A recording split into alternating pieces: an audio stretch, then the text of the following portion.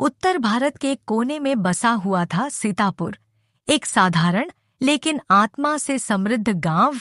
मिट्टी की खुशबू, हरे भरे खेत, सुबह की आरती की ध्वनि और गांव के बीचों बीच खड़ा था एक विशाल बरगद का पेड़, जिसके नीचे बैठकर बुजुर्ग कहानियां सुनाया करते। गांव में सभी बेटों को श्रेष्ठ मानते थे, लेकिन बेटियों को हमेशा पीछे रखते थे। वो लोग सोचते थे बेटा ही घर का चिराग है। लेकिन गांव के किसान धीरज प्रसाद और उनकी पत्नी गंगा देवी की सोच सबसे अलग थी। उनके 3 बेटियां थीं, गुड़िया, रूपा और मीना।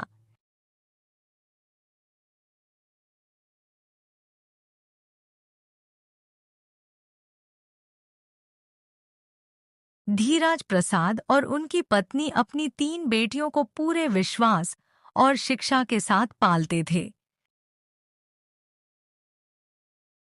उनकी बड़ी बेटी गुड़िया घर का हिसाब रखती है। माँ, इस बार पूरे महीने का खर्चा इतना हुआ है। बहुत अच्छा तरीके से आप हिसाब किए हैं बेटा। शाबाश। उनकी दूसरी बेटी रूपा लड़की होकर भी खेती करती थी और अपने पिताजी का काम में सहयोग करती थी। ये रही धीरज प्रसाद की तीसरी बेटी। सबसे ज्यादा तेज और चालाक बेटी मीना लोगों को उनके झगड़े में समझदारी से सुलह कराती थी। लेकिन गांव के लोग बेटियों के कार्य से खुश नहीं थे। वो लोग हमेशा गंगा को ताना मारते थे। अरे गंगा, तुम लड़कियों को बहुत छूट दे दी। क्या लड़कियां भी खेत गिनती और फैसला कर सकती हैं?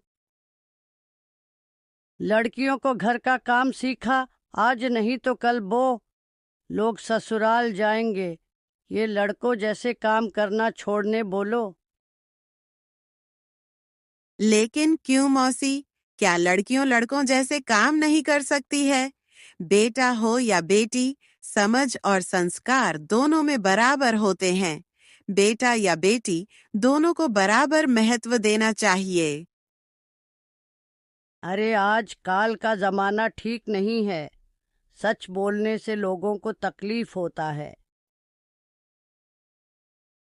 ये सब सुनने के बाद गंगा सोचती है ये लोगों को समझाना मुश्किल है। फिर अपना काम खत्म करके घर चली जाती है।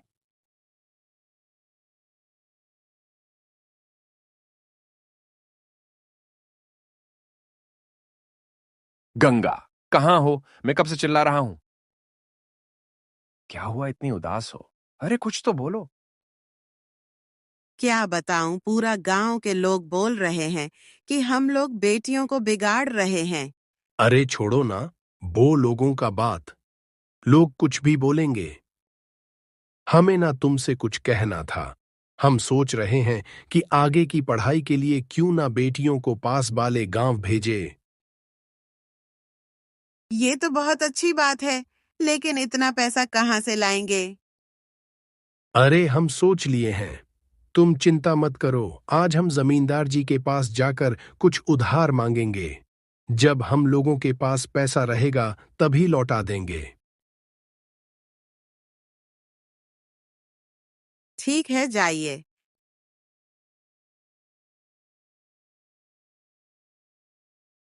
धीरज जमींदार सिंह के घर जाता है। प्रणाम जमींदार जी। प्रणाम। कैसे आना हुआ धीरज? जमींदार जी, मुझे थोड़ा पैसों का जरूरत है, इसीलिए मैं आपके पास आया। क्या करेगा पैसों का? क्या मुश्किल आ गई तेरे ऊपर? अरे छोड़ो मेरे को, क्या कब तक पैसा लौटाएगा? पैसा लेकिन हम दुगना लेंगे। ठीक है जमींदार जी। रघु, आना जरा यहां।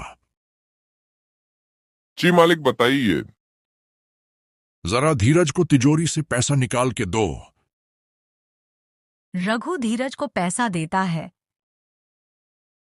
धीरज पैसा लेकर खुशी से घर आता है, लेकिन उसका खुशी थोड़ा समय के लिए ही था, क्योंकि आज की रात उसके लिए मुश्किल था। तो चलिए देखते हैं धीरज कैसे इस मुसीबत का सामना करता है। उस दिन रात को जमींदार रघुवीर सिंह के घर चोरी हो गई।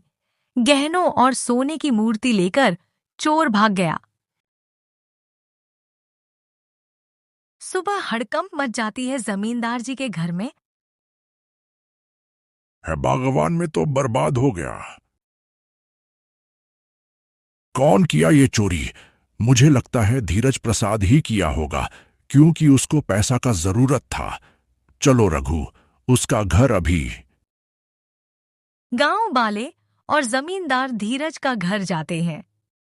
जमींदार गुस्सा से बोलता है, धीरज बाहर निकल। क्या हुआ? आप इतने गुस्से में क्यों हैं जमींदार जी? मैंने क्या किया? अरे क्या हुआ पूछता है? चुप बदमाश, कल रात तूने मेरा घर से सोने की मूर्ति और गहना चुरा लिया। क्या हम कोई चोरी नहीं किए?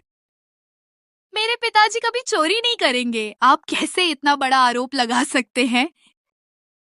ये फैसला तो महाराज जी करेंगे, आप नहीं जमींदार जी। वो ही सच्चाई पता करेंगे कौन चोर है। चलिए महाराज जी के पास। हाँ चलो, फैसला महाराज जी करेंगे।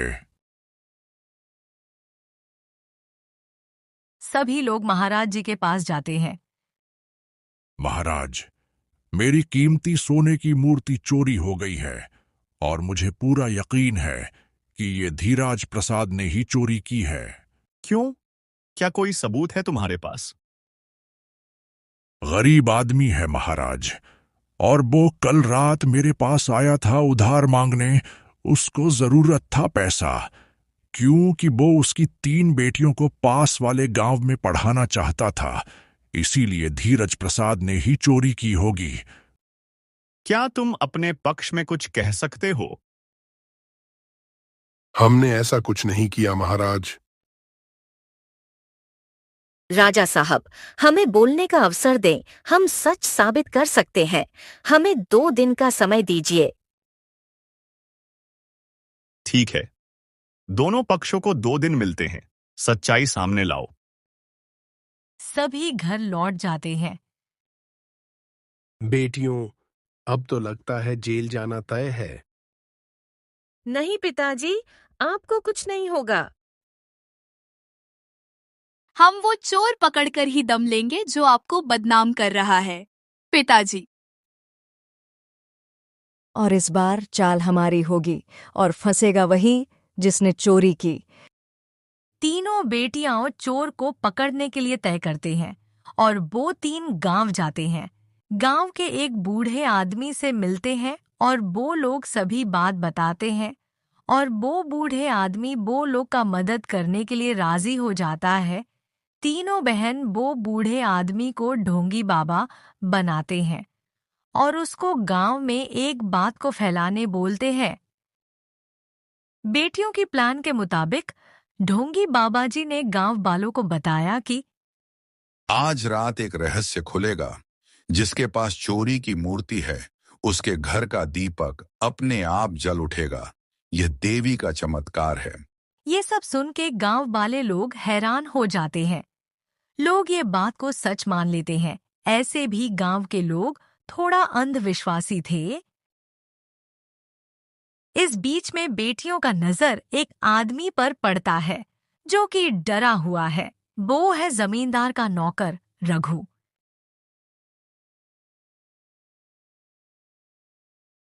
ये बात सुनकर रघु भाग जाता है वहां से। बेटियां रघु के पीछा करते करते उसके घर पहुंचे। रघु घबराकर बड़बड़ाता है, भगवान, अगर दीपक जल गया तो ये लोग मुझे पकड़ लेगा। मुझे ये मूर्ति अभी कहीं और छुपानी होगी।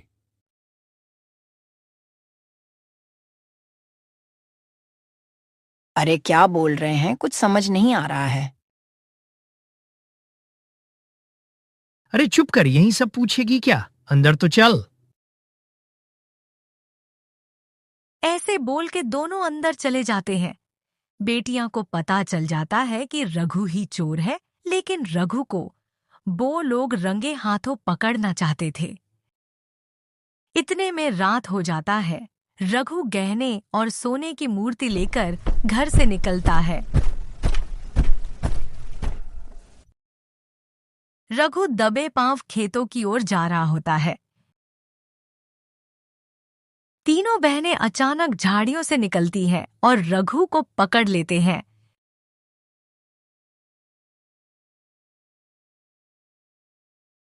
रुको रघु, मूर्ति लेकर कहाँ जा रहे हो?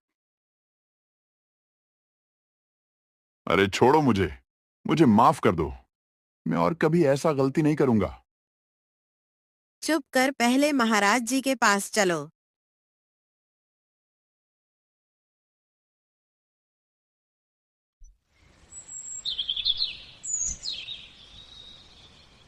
सुबह हो जाती है।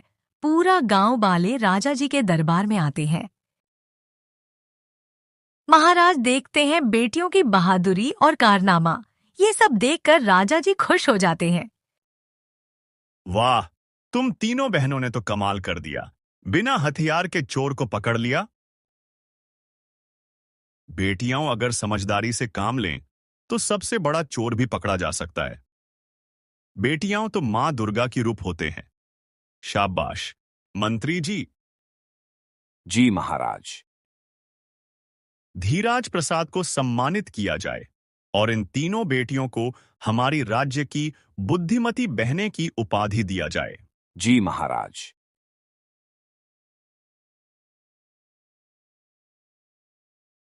इन बेटियों की तरह हर परिवार को गर्व होना चाहिए। बेटियां भार नहीं, परिवार की सबसे बड़ी ताकत होती है। ये बात को गांव वाले अच्छा से समझें। घर का चिराग लड़कियों भी होते हैं। ये बात महाराज जी से सुनकर गांव वाले शर्मिंदा होते हैं। जमींदार भी माफी मांगता है। उस दिन से गांव में बेटा और बेटियों को बराबर इज्जत देने लगे। उस दिन से धीरज प्रसाद की बेटियां गांव की लड़कियों और लड़कों को पढ़ाने लगती हैं। सारे गांव वाले अपने बच्चों को धीरज प्रसाद जी के बेटियों जैसे पढ़ाना चाहते थे। उस दिन से गांव में शिक्षा की एक नई रोशनी आई।